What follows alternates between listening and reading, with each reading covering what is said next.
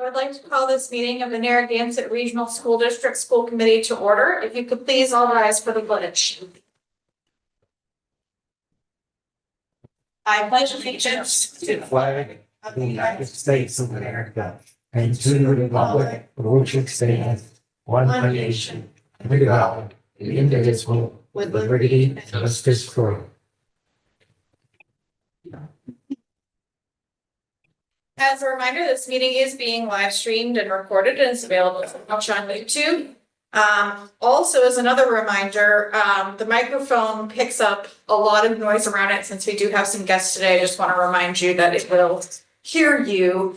However, in some irony, we are also being asked to speak louder from up here at the table to make it easier to hear on the recording on YouTube. Two things are true: picking up the audience, great. And for those of us sitting here at the table, just a reminder to be a little bit louder. All right, so getting right down to business, we'll take a look at minutes, and I would entertain a motion to approve the meeting minutes of December 18th, 2025 as written. So moved. Motion by Hank, second by Peter. Any questions or comments on those minutes? Seeing none, all in favor? Aye. Opposed? Abstained, and I say yes, so that is unanimous. We also have bills and payroll, and I would accept a motion to accept the bills and payroll warrants as presented. Motion by Danielle. Second. Second by Peter. Any questions or comments on those? No. Seeing none, all in favor? Opposed? Abstained, and I say yes, so that is unanimous. Our student representative is not here this evening, and unfortunately, TES was also unavailable due to illness. And so we are going to start with the Narragansett Middle School SIP update. And so I welcome you to come and join us here at the table. And you're very famous, but remind everyone, yes, please sit.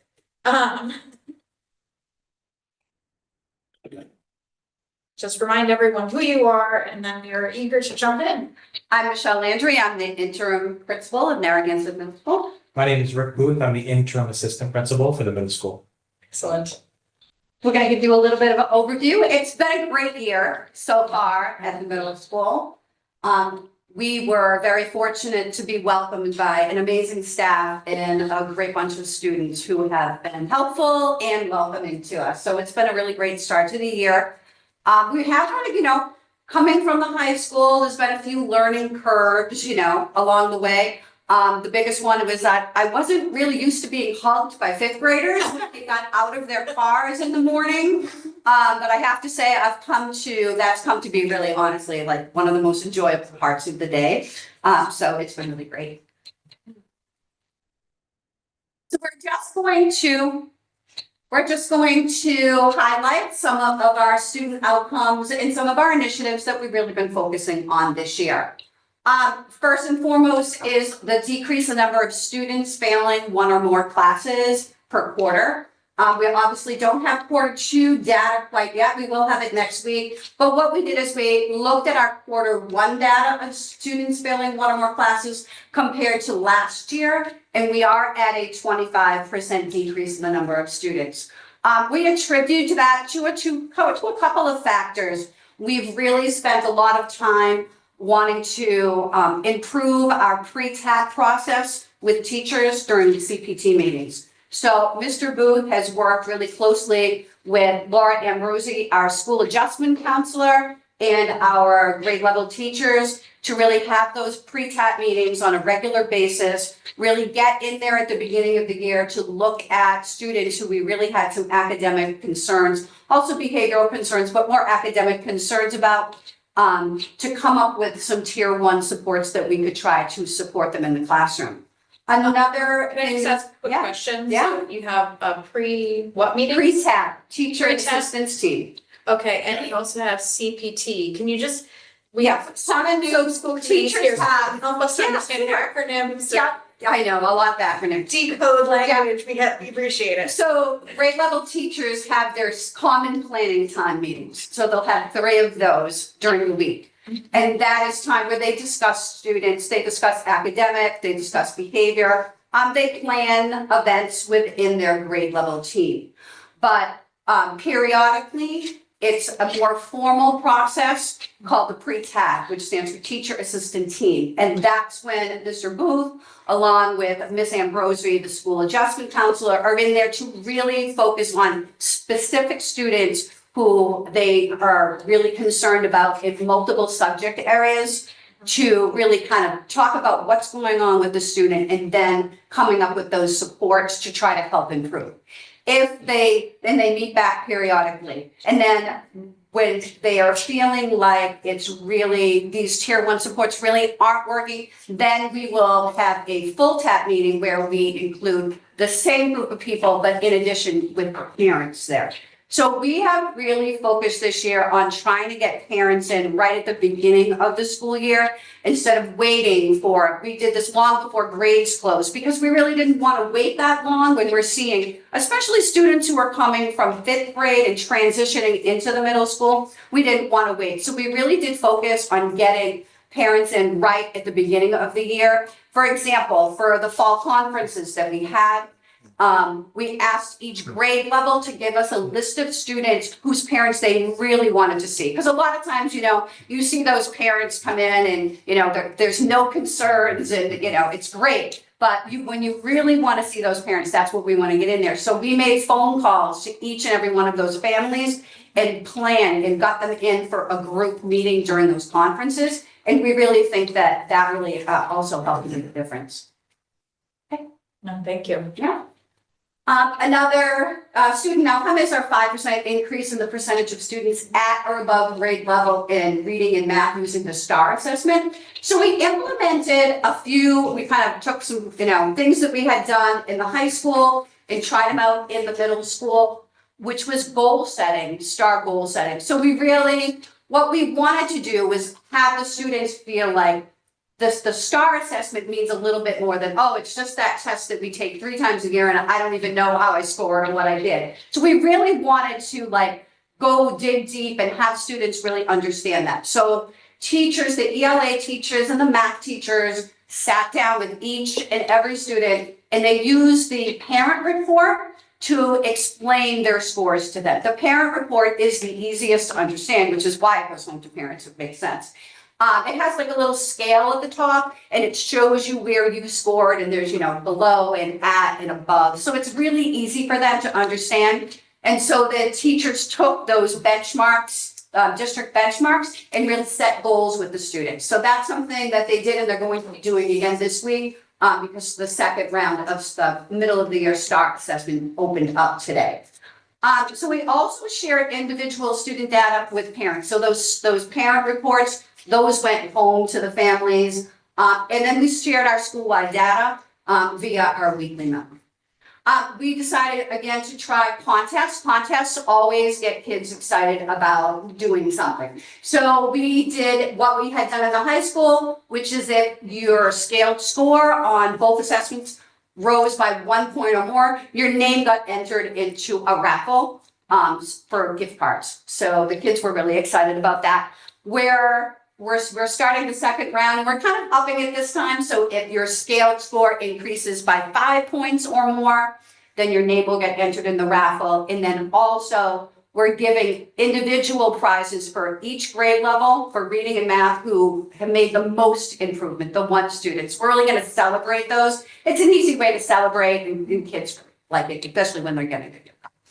And we do our wall of stars where kids, if they improve, they get their name on a star and they have those posted. So we're going to do that in this fall. Thank you, Mom.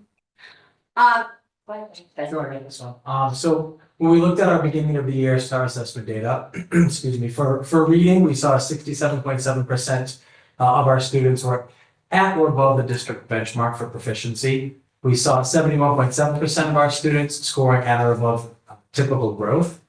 For mathematics, we saw 58.7% of our students at or above district benchmark, and then 64.3% of our students scored at or above typical growth in mathematics.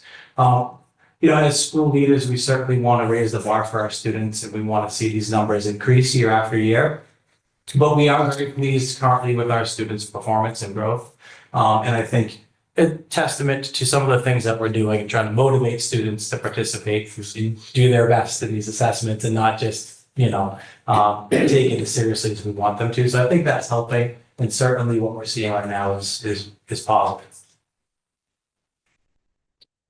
When we look at the gap too, I think we have an opportunity here to really focus on this area of improvement with our students with disabilities. You can see the data here, all of our students, where they're scoring percentage-wise and where our students with disabilities are scoring. And you can see there's a gap there. So this is a great opportunity for us to really raise the bar and close those gaps for our students with disabilities.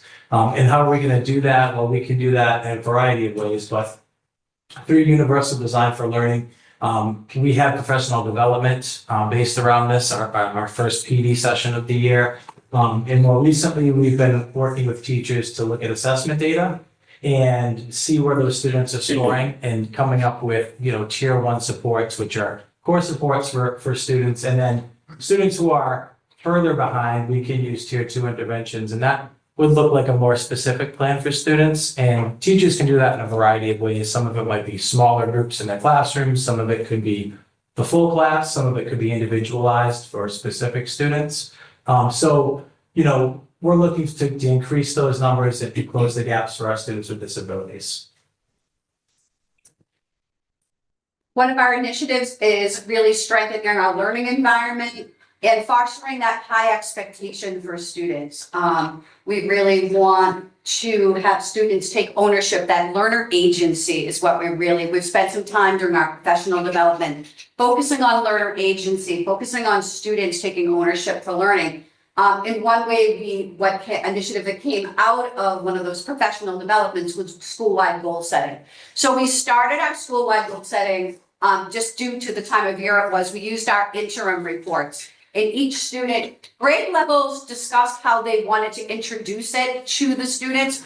Everyone had it done a little bit differently, but the key components were really talking about why do we set goals? Why are they important? What does a SMART goal look like? And then importantly, how are we going to monitor that we're doing? We don't want to set a goal for interim and then not look at it again until report cards come out. So how often are we going to take time to monitor our goals? So we started that this year. As we already said, we did goal setting using the STAR math data. And then to model setting goals, we have our school-wide attendance goal. So in Q1, our attendance was 96.3%. So we wanted to raise the bar on that. Of course, we shot for 100%. Well, December came along and the flu season hit us pretty hard. So our overall average right now is 93.7. We're hoping January is going to bump us up a little bit. We're hoping, but it's really an opportunity to share this data with students and say, you know what, you don't always meet your goal, right? And why didn't we meet our goal? Well, December was tough for students. So think about how many of you were out sick. So that it's actually a learning process. Even though I don't think we're going to meet our goal, it's okay because we're going to talk about it and then we're going to set a new goal. And I think that's the learning process that we're trying to model for them. So strengthening our school culture has really been something that Mr. Booth and I have been focusing on since the summer. There were some great programs and initiatives and things already in place in the middle school, but what we really wanted was to have some opportunities for students to be involved in something other than being on a sports team or being in the student council. So we wanted to just create fun opportunities for kids to come to school, to be with their friends, to be social, and to have some fun. So that was another thing we really focused on. Mm-hmm. and you can't go wrong with ice cream. So we figured that was, reel everybody in, and it worked. It worked, Definitely yeah. worked. So we had our fifth grade open house and orientation, and we scooped a lot of ice cream. A lot of it. And families came out, I mean, I want to say we had nearly 95% of our fifth grade families come in, which was wonderful. Me being, my first year here, it was great to meet those students and families before school started. That was a wonderful opportunity for me personally. But I hope that our families got a great opportunity there to meet everybody and meet their teachers and to get around the school. So that was a really fun night. Oh wait, go ahead, that's yours. So we also, did some grade 5 and grade 6 movie matinees. So right after school, a couple of hours, some freshly popped popcorn filling the air. It was really just like a great way. And what we also did is we were like Mr. Young and I have discussed since the beginning of the year, trying to find ways to like partner the middle school and the high school together, trying to find ways that we can do things together. So the high school volunteer club was amazing. They came for the grade 5 movie and for the grade 6 movie. They sold snacks, but it was a great afternoon, especially for the fifth graders. They were there with their own money, and it was probably the first time they were ever going to a movie without a parent or a guardian with them, and they got to sit wherever they wanted. And it doesn't sound like a lot for a fifth grader. It really was a lot. They just loved it. They had such a great time. So that was just such an easy thing. So we did that with the sixth grade as well. Like I said, the high school volunteer club came too. It was great. So we had an anti-bullying spirit week. I know this has been something that the school has done in the past. We tried to kind of build it up even more, and we had something going on every day. We had a challenge as well for students. You can see on the bottom, so Monday through Friday, we had different challenges. Students got into this, they loved it. And I think the more students, as the week went on, the more participation we saw. So, Monday was kids were feeling it out. And then as the week went on, we really culminated this with our laser light show, which was awesome. I think my hearing is still kind of hurting from that, because when you get, 350 middle schoolers in an auditorium, They were singing at the top of their lungs. the It was sound, just amazing. it was like deafening, but it was wonderful. They had such a great time. The company that came in to do the light show was incredible. Obviously the theme was anti-bullying. The theme was how to speak up for yourself, how to advocate for yourself and for your friends when you see something or hear something that is considered bullying. So that was great. So another thing that Mr. Booth and I did is we put out a suggestion box at the beginning of the year. Well, that was fun. So we did do some of the suggestions that they had. My favorite one was a school-wide hide and seek game, which I think would be fabulous. But we focused in on the 2 fifth grade teams who really wanted to start their own club. And so we had 2 girls knew how to crochet, and the rest of them didn't, and they all wanted to learn. And then we had one student who was advocating for his book club.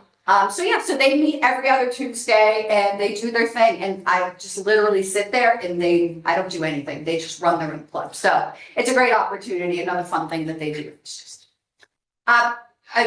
With the high school, we also did Warrior Fest. Student Council ran a booth this year for Warrior Fest. So it was like another thing that we're trying to do, just to include the students with the high school students whenever possible.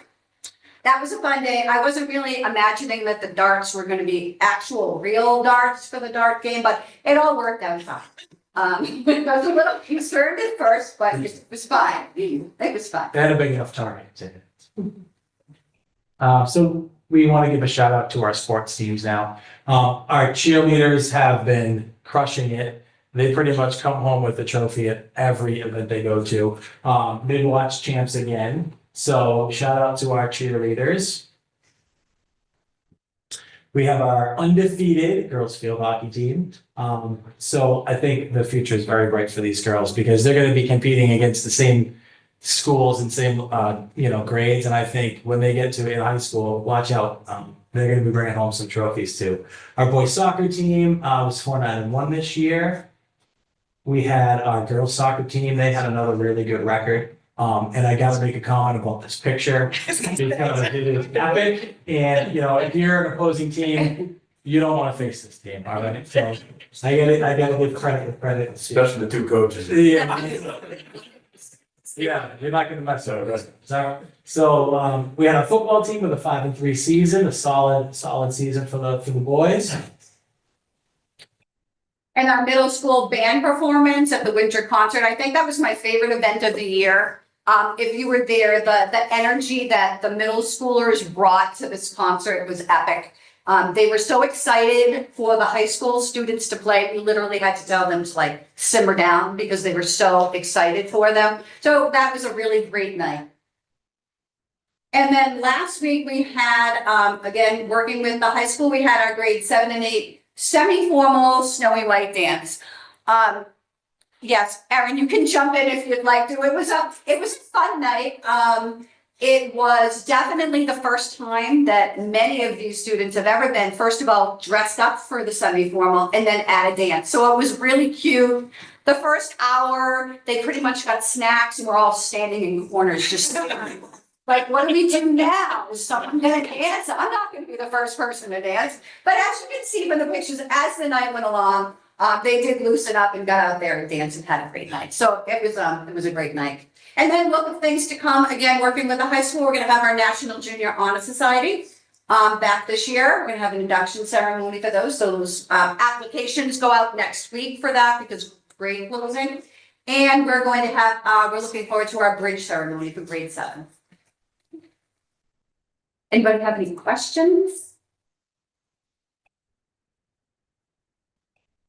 No, these are, honestly, it's always one of my favorite meetings when we actually get to hear from schools and what's happening because, you know, we get so involved in budgets and all these other demands placed on the school committee that it's really nice to take a moment to step back and remember why we do the work we do, which is so that you all can do the great work that you do, and really bring these experiences home for our students. I know, I have a middle schooler and an elementary schooler, no high schooler yet.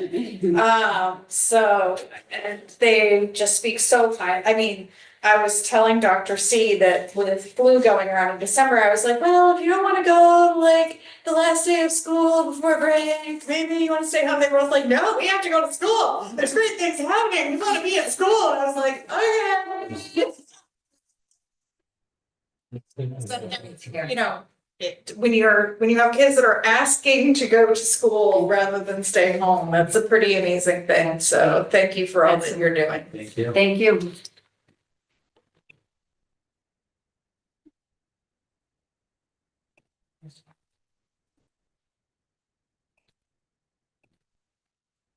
All right, welcome our next visitors to the table.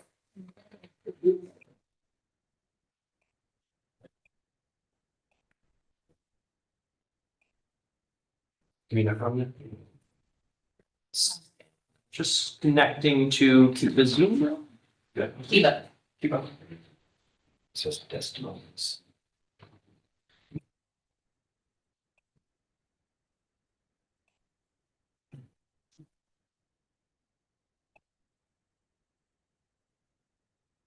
And just a reminder to introduce yourselves just as you get started. Sure.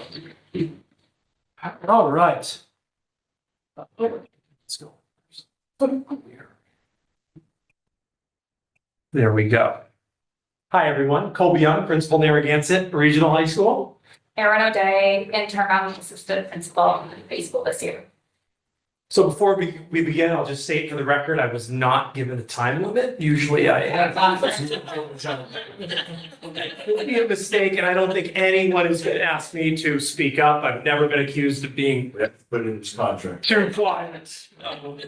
Anyway, as you know, we really love this night. It's a celebration of our students and staff. It's also a thank you to you all for the support you've given us.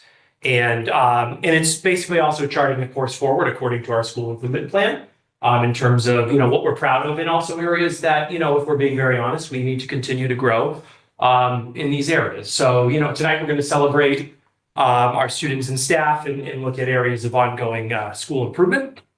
And so really, when we think about what a high school is, and you see some photos here, I will point out the one in the upper right is my favorite. I think it says a lot about our staff and our community. It's hard to see because we watermarked it, but it was covered in the Gardner News. That is Steve Babineau, 40 years, the Narragansett football announcer. And so on the night of his stepping down from the booth, he took a photo with the varsity team after a big win, and they were all fired up, and they still took the time to meet with Mr. Babineau. And so when we think about what a high school is, it's about creating a safe educational environment. It's about promoting academic excellence. It's about celebrating our differences as people. And it's really first and foremost about, cultivating caring and cooperative relationships. So we'll lead off with sort of like a lot of what the core of a high school is as well, is promoting the events. I believe it's been said by the middle school slide architect behind the camera that, one of our jobs is to create the memories that we all have as adults that we look back on. So we take that very seriously. So Ms. O'Day is going to talk about some of those things. I think culture and community is something we definitely strive for. And I think even though we're a small school, we offer a lot. We put on a lot for our students, whether it is like the welcome back bingo, first day, getting everyone together, hyped about coming back. We run pep rallies, before homecoming or before the Thanksgiving Day game and getting everybody together in the gym, teachers, students competing in relays. Warrior Fest continues to run strong, more food trucks than ever, more vendors. We moved it down to the baseball field this year, as well as utilizing that upper lot. So just really growing bigger and better every year. That's a shout out, really. Like VLC is, I think VLC helps us really, and I'm looking at Alliance, Lauren Cowett. It really does help us bleed the blue and white at the high school with the number of events that are put on. And Colby's going to kind of talk about other ways that we're going to kind of fill the middle of the year. But I think we think about right now, so many of the events that we put on are really beginning of the year and then end of the year when we think prom, when we think prom safety. And now we have some ideas to kind of like move forward to fill some of the winter months. So Colby, I'll let you talk about those plans. Yeah, thank you. I mentioned creating memories, and of course that's important too. But I think what Ms. O'Day is alluding to is, these events are important because they're also protective of our students, right? If our students are connected to a mentor, if they're passionate about a class, if they're passionate about a club, then we know that we've got them. They're psychologically safe. They can thrive in the school environment. So these events are not just about positive culture, but they're also about safeguarding our students. So one of the things that we've noticed over the years, and we live in New England, so weather is the real deal around here. It makes us hardy, but it also makes it a little challenging to put on events during the winter time. So we do a great job bookending what we do for our students during the fall, with homecoming, with Warrior Fest.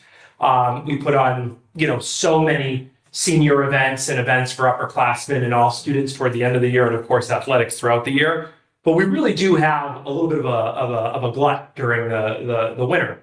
And so one of the things that we've been very intentional about, and Ms. Landry and Mr. Booth mentioned this, is trying to really make sure that our winter months, when we are in the, there's less sunlight, we're really promoting, activities for students. So Ms. Landry and Mr. Booth mentioned that collaboration that we had the 7th and 8th grade semi-formal. We're also putting on, and I don't want to spoil too much because I am aware I'm on camera, but we are putting on a basketball homecoming this year because we have such strong attendance at our football games, right? We also want the other sports to, enjoy that fan participation. And of course, filling the gym is a major event. And so one thing that VLC is putting on in addition to the basketball homecoming this year is a roller skate glow night.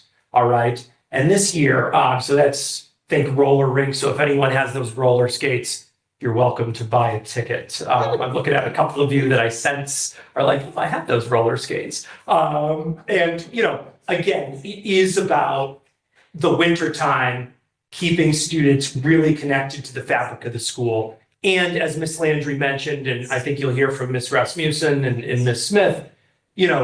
we have enjoyed tremendous collaboration with the other schools. And, we'll talk at the end. It's not just about supporting the elementary school and the middle school. It adds to the fabric of the high school. What we're really after here, at our athletics nights, which were hugely, popular with families, is it really gets students excited about being, Narragansett Warriors and being part of like the entire culture of what it is to be an NRSD student. So Eric, Ms. O'Day is going to lead you through, we're going to get a little nitty gritty with some of our growth areas and some of our alignment. And so one of the biggest things we've undertaken this fall is our NEASC review as part of our decennial and cycle. And Ms. O'Day is going to go ahead and explain that.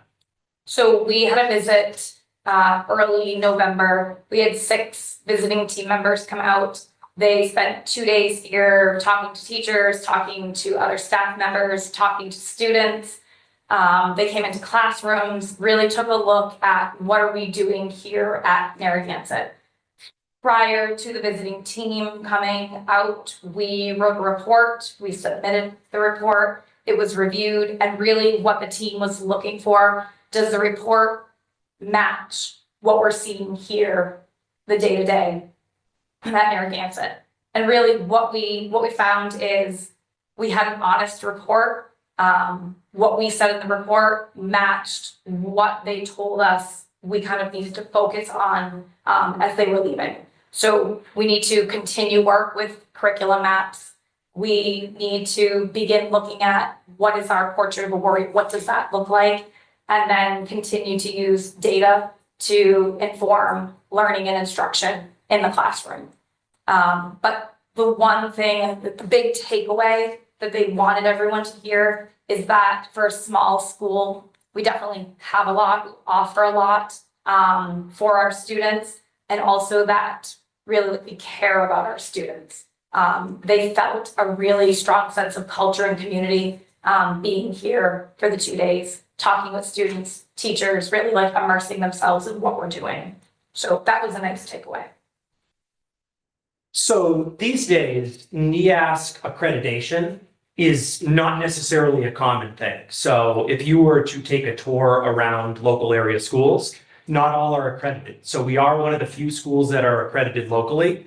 And as Ms. O'Day mentioned, these visitors were from Connecticut, all around New England, and they could very well be from schools with significantly more resources, bigger schools, different, cultures, et cetera.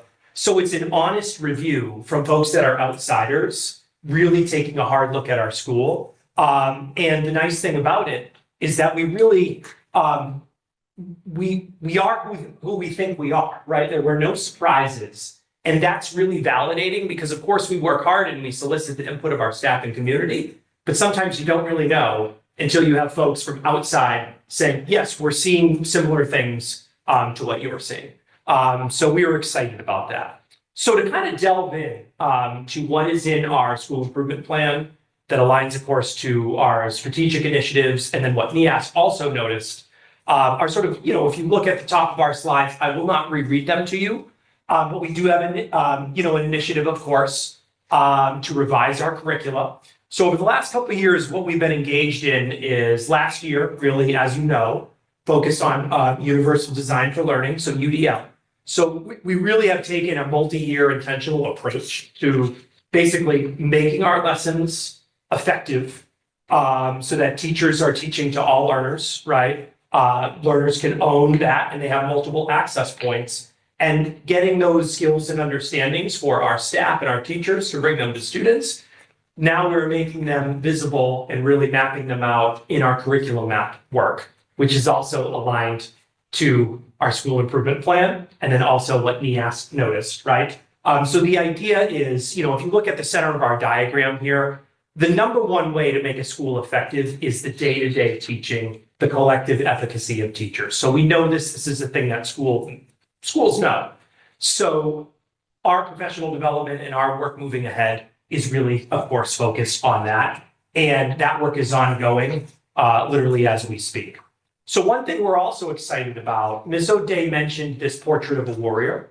And, There are schools that have a vision of a graduate or a portrait of a learner. These are becoming more common, and of course, the state, as some of you know, they are pushing this as well, the state of Massachusetts.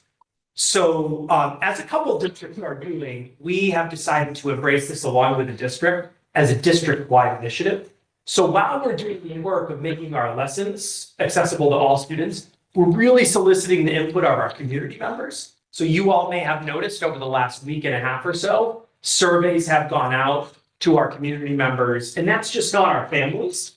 Those are our higher education partners, those are industry partners, basically anyone who has a stake in Narragansett Regional High School students. We want to hear from them so we can take that feedback into consideration, when we're revising our learning. So that really aligns to our initiatives for engaging our community. And we do expect to have, hundreds of responses, and we will absolutely be making time available for all our students to take this survey as well. So, if we're looking at, in respect to all of this, how are we doing? And I don't think I can enlarge this, so I'll sort of talk you through it. You all have invested in us over the years, and we appreciate, in really 8 different structures, that some of which you know well. So the pre-TAT meetings, those teacher assistant teams meetings. So to just remind everyone, those are grade level meetings where teachers are talking about how they can support all students. Also the meetings with families and more concentrated meetings through the teacher assistant meetings. Also our Project Lead the Way courses, which are hands-on applied learning. So those are classes that have, like labs as crime scenes and students are learning about science. So applied learning, hands-on learning. Our therapeutic setting, right? So you all know the Thrive program. So if a student is outplaced or they need support coming back in a therapeutic setting, we've got a program for that, right? If students need vocational technical training, now, of course, we have the MVP program in partnership with Monty Tech, and of course, Fitchburg and Gardner, right? So now we have vocational coursework for our students again. Our early college program, which of course and that's been highly visible, where students can earn college credits free of charge. And I'm, aware I'm talking with our community members as well to make sure they're aware. And of course, you're aware, we've mentioned before, and we're going to talk a little bit about our academic coaching program, which is kind of where we're going to drill down a little bit here tonight, which is, okay, so we have all these programs, right? What happens when students are struggling? Because we know that we have some that are struggling. What do we do? Okay. And so what these programs have done for us is to just give you one quick number. We've reduced our failures from end of last year to the beginning of this year by 4%, which is, of course, an initiative. We still have a lot of work, to do. But reducing our students that are struggling to pass classes is, of course, important to us, right? And what we know is that we're really well aligned. You're familiar with our SIP, you're familiar with our DSIP, and we just reviewed NEAS. So we feel very confident that in every direction, from central office to the school to what others are seeing, we really are pulling in a really focused and unified way to support our students. So we're going to talk you through kind of an area that exemplifies, and you saw this a little bit with the middle school as well, how we're really focused in that direction. So similar to what the middle school presented, this is our STAR data for the beginning of the year for all of our students. And then if you were to pull out our students on IEPs out of those numbers and look at them independently, you can see the top line is all of our students that are at or above the benchmark where they should be. And our students that are not on IEPs, that's the second row. So if I'm reading left to right, 78, 75, 87, and so on and so forth. And then you see a big differential with our students with disabilities. So our students on IEPs, right? So that you see that tracks at both the, in reading and in math. So this is very much highlighted in our SIP that we need to look not only at supporting all students, but we need to take a really intentional look at how specifically we're supporting students with disabilities. Now, the one thing I do want to say about this, as a proud principal, but really earnestly, right? Sometimes I spend my Friday nights seriously looking at accountability data from around the state. So if you don't do that on Friday nights, That's fine. We get it. I understand. My wife actually likes it. She's like, oh, you're looking at accountability data. That's great. I get to watch my programs. But, we do that because we really want to know how do we do it in respect to others, right? And one thing, if you take a tour around the state, is schools across Massachusetts, it's the commissioner's one of his number one priorities, right? They are struggling to figure this out. And so in that sense, Narragansett Regional High School is not atypical in any way, shape, or form, but we're Narragansett. We can figure this out and we can support these students. And so make no mistake about it, we've got a plan. And this is kind of where we're leaning in. So Ms. O'Day is going to walk you through this. So we've identified that we have, students with disabilities, or we have these chronically low performing students, meaning students that from year to year, when we're tracking the data, they appear to be in this lowest performing group. So taking a look at those students, taking a look at their schedules, a lot of these students are in some of our intervention programs, whether they're in an academic coaching or they're in a learning skills class. So the question became, how can we use the intervention that's in place to begin to remediate some of these skills that they need to catch them up so that they're with their peers? So what we are working on is we've identified who those students are. We've identified that they have an intervention in place. And now we've created lessons. We've looked at what are the standards that they are not up to speed with.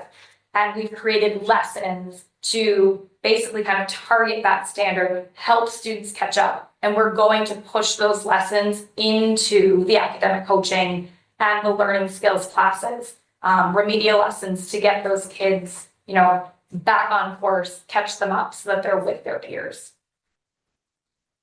So we are very close to being, what the state would call a school of substantial growth, right?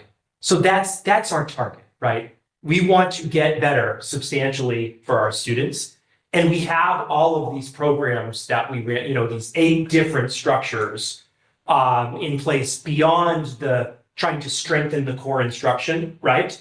We have all these programs. So we're very much, our SIP is aimed at really leveraging these programs and making sure that they're working for all of our students. So you're going to, the high school is going to continue to innovate. You're going to hear about some new things we'll talk about at the end. But we are very much, focused on trying to make the structures that we have work for students and sort of pull everything, because we want it to be a great experience for all students. And so we feel like we can do it, right? The work is hard. Schools are grappling with it across the state. But the good news is, NEASC, our SIP and our DSIP, curriculum mapping, UDL, and understanding by design that we're doing, the lesson building and curriculum mapping, these things can help us get there. Additionally, we're going to be really leaning into our community through this Portrait of a Warrior and setting up for our students and our community. What does it mean? What's our vision for who our warriors are so that we have a collective vision of what that is and we can all drive toward it. And then we are going to specifically look at these groups of students that we talked about. So as you know, I'm fond of giving you some numbers that maybe you haven't seen. I think I do this every year. So there is no military flyover this year. Maybe there will be, we know people, Army people, specifically Dr. Cassman. But we'll end with these and hopefully this puts some wind in your sails and it is a big thank you. So you've supported the MVP program. You should know that we have 100% enrollment in our Montechusett Vocational Partnership Program. Gap Day, remember that event where we have organizations from all around. We have police, fire, community organizations. We have 14 or 15 vendors. Ms. Lyons is the real architect behind that. That's all about safeguarding students during prom and graduation season. We're now in our 5th year of Gap Day. We've always had Prom Safety Day to be clear, but the scale of it I haven't seen elsewhere. That's a credit to Ms. Lyons and a credit to all of our community partners. We'll message that out, swing by on a Gap Day, and school committee members and community members. It's pretty special. Warrior Fest. It's hard to count the gate at Warrior Fest, but 1,000, give or take, at least it feels like. 6 years of Warrior Fest putting on this event, that's Varsity Letterman's Club, that's Miss O'Day. Because of the Fredette family, we gave out 14, thank you for approving our Washington DC program again. The school district gave out 14 scholarships to our 8th graders going to Washington DC to learn about our civics and our government and just be invested citizens. That's the first year we have given out scholarships of this type for the DC program. This stat is pretty staggering. Our early college program, you all know it's successful, but we offer 528 credits free of charge to students. So if you do the math on what that is financially for families, that's thousands of dollars in 528 credits that these families are getting, that opportunities every year. Lastly, thank you for approving the Italy program, NRHS and Italy program. So we had a call earlier this week, and the stat is actually higher. We had 100 families sign up to get information. And as of tonight, we had 20 families already signed up from that program. So the interest is pretty staggering. It's something that clearly the community has been waiting for. And we feel like we have a really strong game plan for making this part of the menu of, opportunities, like immersive learning opportunities for our students. And the last one is my favorite. So at the concert that middle school mentioned. So first off, the collaboration between the schools has been really outstanding. And we had a full house if you were at that concert. And that is as much to do with the middle school because they had so many students there and they were absolutely fanning out, like Miss Landry said. We had to tell them to simmer down absolutely. And part of me was like, I love it, keep going, don't stretch your points, right? But Tom Salvador remarked, and again, this is much credit to the middle school performers, in his entirety of his career, and remember, he's played, in the Navy band and everything, he remarked that was the first standing ovation he can recall ever getting here. So to end it, one standing ovation for the 2025 holiday concert. So we'll open it up to questions, but thank you to the school committee and our community more widely for supporting us. We're fiercely proud of what we do. We're also honest about where we've got to grow. We're going to keep going for it. And thanks for protecting, our programming, because part of it is we need home spaces for students. We need places where they can land. And if we have those places, we're going to be successful and they're going to thrive. So thanks very much. Any questions? I just want to say thank you very much for your enthusiasm. It gets me excited. We'll see you at the roller skate. I used to go roller skating. Where are they going to roller skate, in the gym? Yes, we're bringing out a floor. So if you're worried about the gym floor, we're bringing out a floor to protect the gym floor. Yeah. So that's where we're bringing it. That sounds so exciting. And that's going to actually be open to all of the schools. So we're going to have timed release of when students can participate so that the high schoolers aren't dominating the floor space when the TES, so we're really excited. We haven't done something like this in recent memory. So we're excited. Yeah. And have the people there to do light show and everything too. Glow sticks, the whole 9 yards. Yeah. Yes. Sounds great. Yeah. You can sell tickets at Dr. Casimir. The kid can roller skate. Yes. I'm just saying. Believe Generation. I got a bad. Oh, there are the excuses, but I didn't have a bad. The knee, right? Here we go. He got hurt with the dunk tank at Warrior Fest. CrossFit with that bum, yeah, I was like, roller skating. On wheels. No, thank you very much for coming in. We really, I know that this makes for a later night you guys do high school sports and stuff, so really this is mild, but we really appreciate you coming in and taking the time to put this together. It's, again, it is just an excellent time to celebrate. There's a lot of work to get done in school committee, but this really brings us the joy piece of it. And so, yeah, thank you for not only the joy for the school committee, but joy for your students as well. We really appreciate the culture that you cultivate. And I have to tell you, there's folks will not many folks are like, yay, you're on school committee, that's amazing. But when people sit down and talk to me about like, why do you do this? And I said, I don't think you, so the thing that I discovered when I started school committee is how deeply everyone in these buildings cares about students. And to be part of that culture is really amazing. And so thank you for helping to build that. Really appreciate you. Yeah. Thank you. Okay.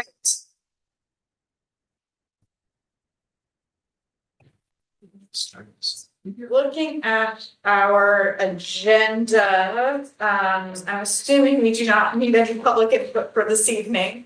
Unless you want to say something, Mr. Bennett. No, all set? All right. I said I would be quiet, so. I did. And NDEA is not present this evening, so we will go right into our budget update, starting with MSBA. So just for folks' information, Templeton did vote yes for the budget, and so it is, the Phillipston vote is today, it's tonight, if you haven't gone out to vote yet, yes, right now, it's still open. So I'm hearing good things about numbers of folks that are voting, so you know, thank you to everyone who got out and made sure that their voice was heard. I know it's tough to make time for a single ballot question, but it's really important to the school district. And so we really appreciate you getting out there and getting that done. So we will have more results after those ballots close this evening. And I will hand it over FY26. We're holding our own.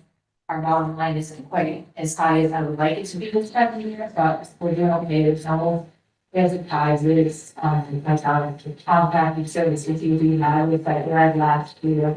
Something different that failed, so there's values, people have contacts with.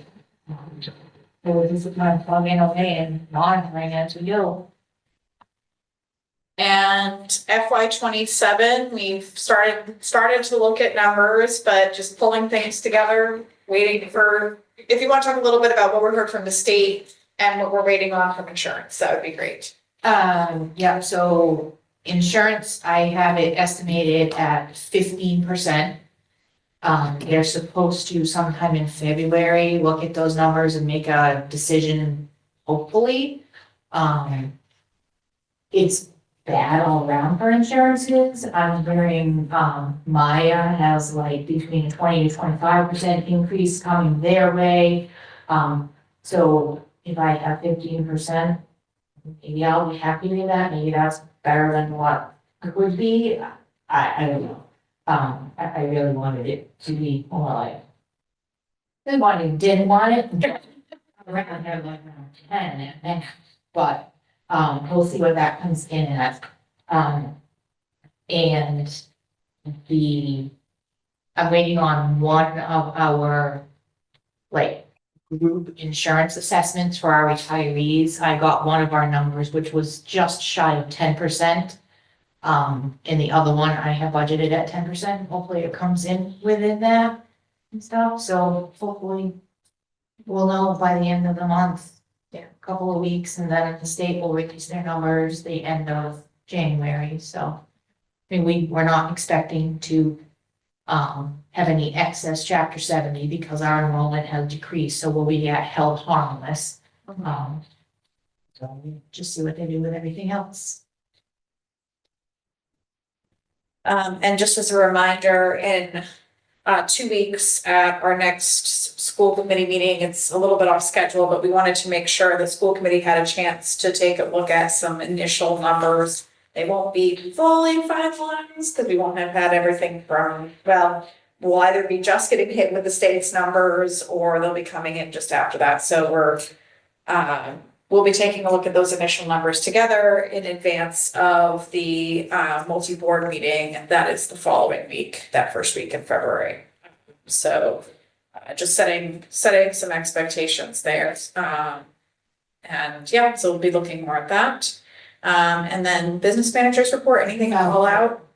Kind of over and over. That's, yeah, it's all there. Okay. Municipal representative, just an update for folks, that meeting did happen on January 6th.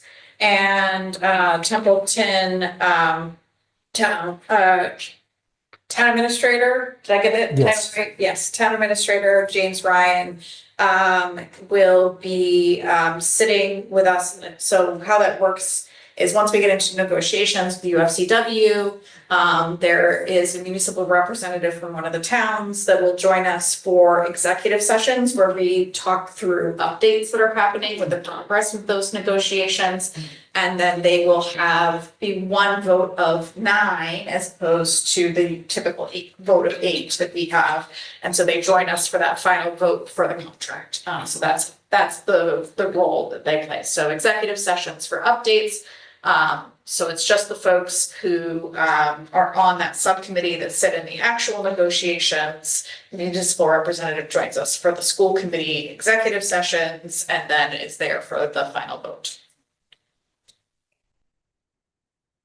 Curriculum and instruction update. Did you have anything you needed to share? I know that we had sort of talked about, it really was about the schools today. All right, thank you.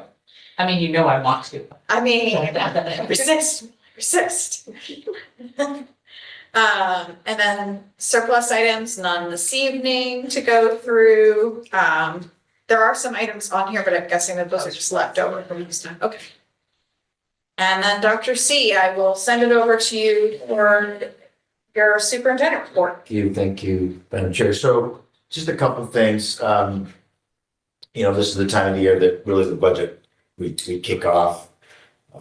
Really trying to figure out once we get the numbers from the state, which they say that with the 26, she has to release them by the 29th. So we should have them in the next couple of weeks. The inflation factor will also be released next week, probably January 22nd, they think. So, so a lot of those numbers will start falling into place. And as Anne Marie said, we're really just waiting on the insurance number, to really be able to lock in and see, where we go. I think that we have a chairs meeting at least once a month. I think that's a good opportunity for us to kind of talk through some things before kind of everything gets moving. So, we had a good discussion.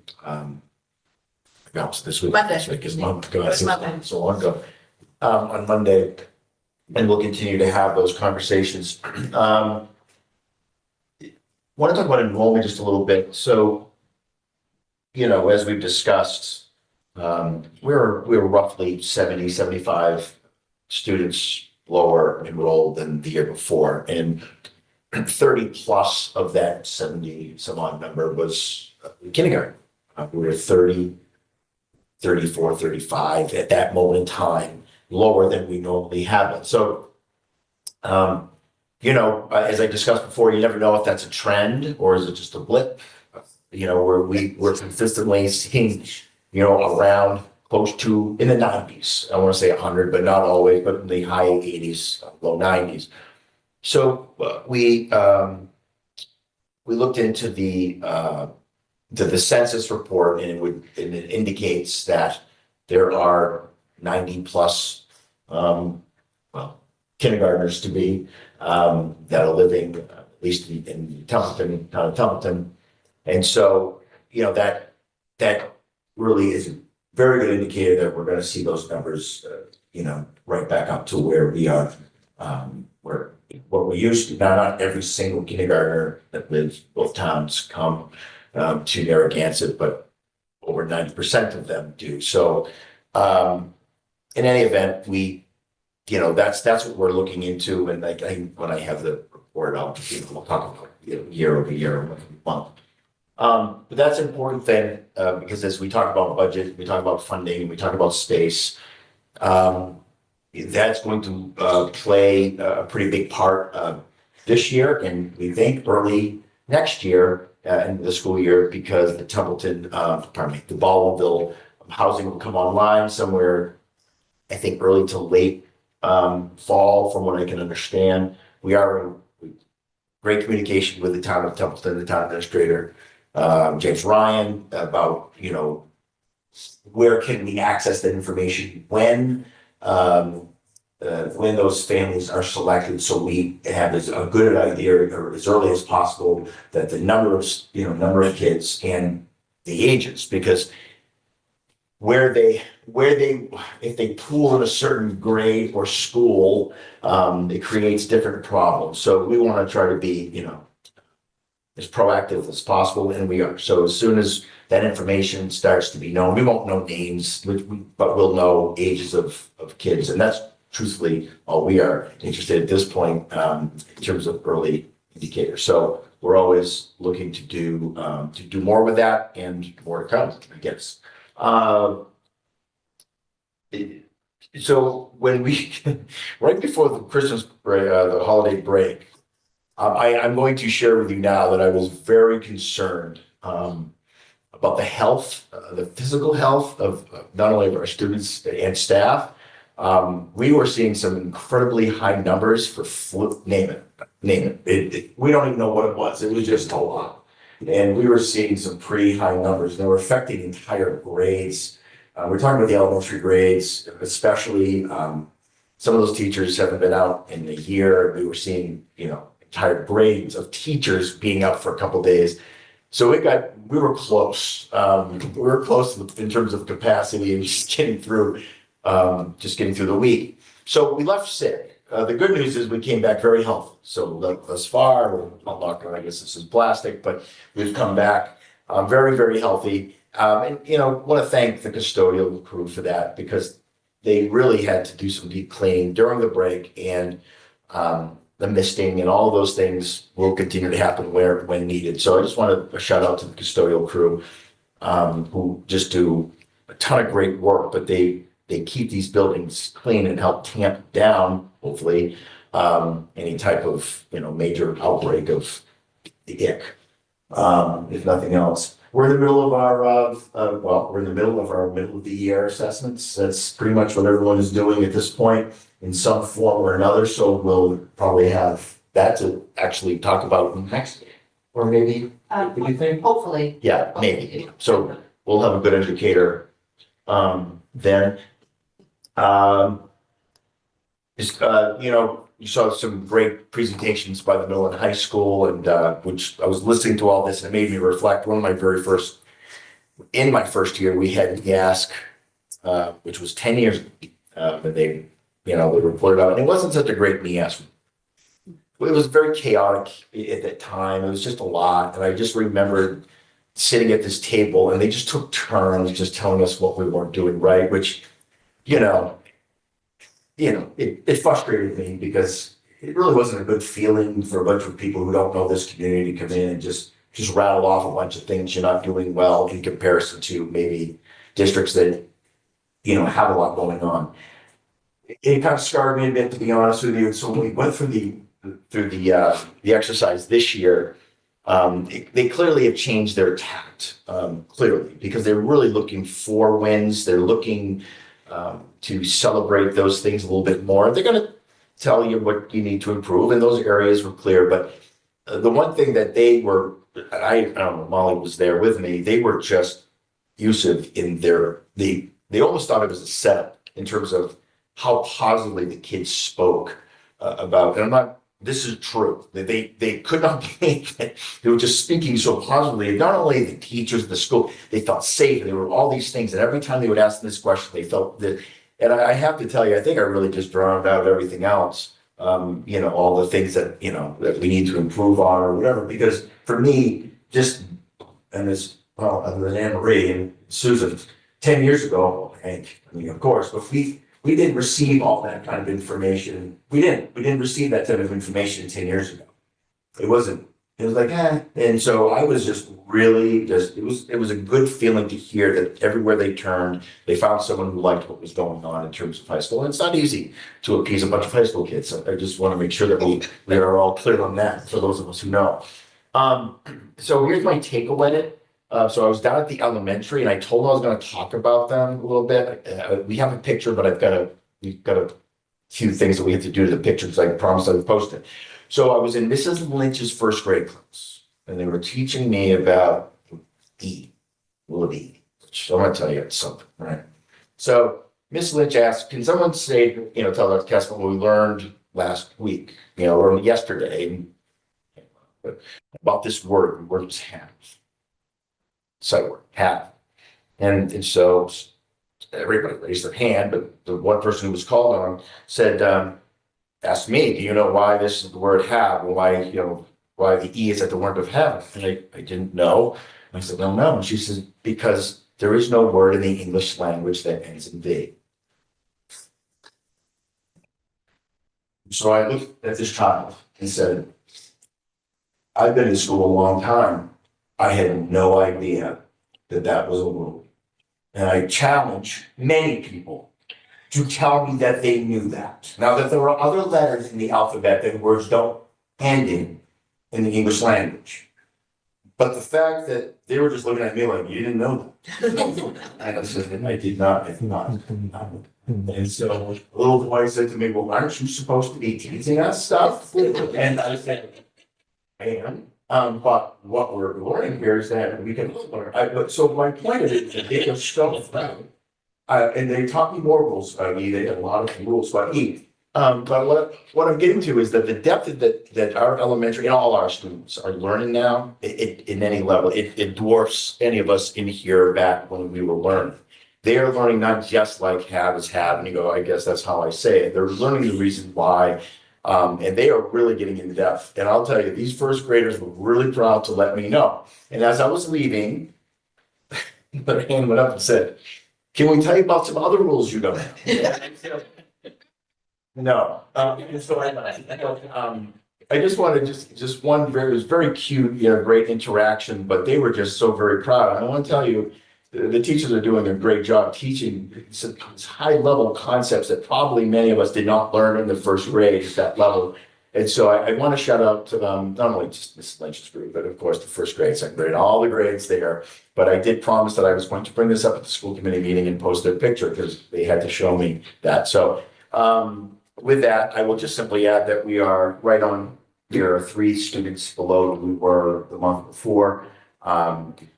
We've seen ebbs and flows. We're currently at 1380. We're at 1383. Last month.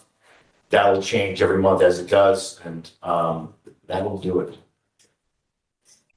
Any questions on any of the topics that Dr. C presented on? Okay. So we have no items not anticipated, so I will open it up for school committee comments.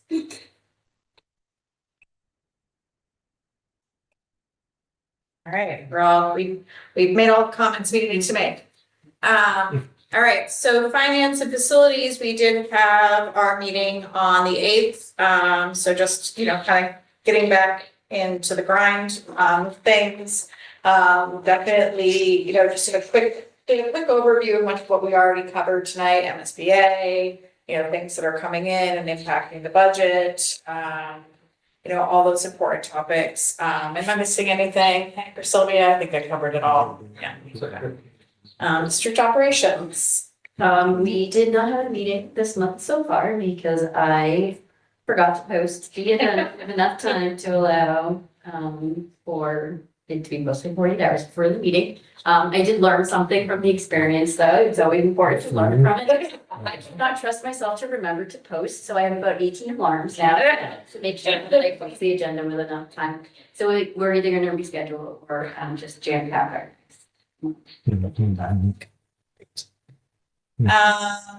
Labor Management Committee, we're kind of in a holding pattern there at the moment. We're trying to get those UFCW negotiations going. Would be really the WEC meeting, and then LMC has not had a meeting yet this year, but no topics have been brought to our attention either. So I'm assuming things are going fine there.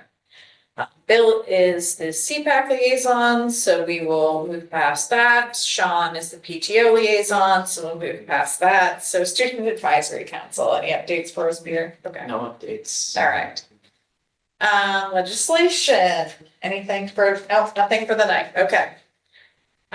We have no correspondence to review. Our next meeting, as we were talking about earlier, is Thursday, January 29th at 5:30. And again, reminder to my fellow school committee members, that is an initial night to start talking about budget. Just for those of you who were not on school committee last year, the first time everyone had sort of seen pieces of the budget last year was at the multi-board meeting. And so the request was made, hey, we'd like to see these things in advance of multi-board meeting. And so now we have a dedicated school committee meeting to make sure that we get that in. And then, of course, I know that TES would like an opportunity to present their SIP updates to us. So we will certainly make some time for that in addition to the budget piece. But those are the core pieces of, those will be the two core pieces of business, and anything else will be relatively quick.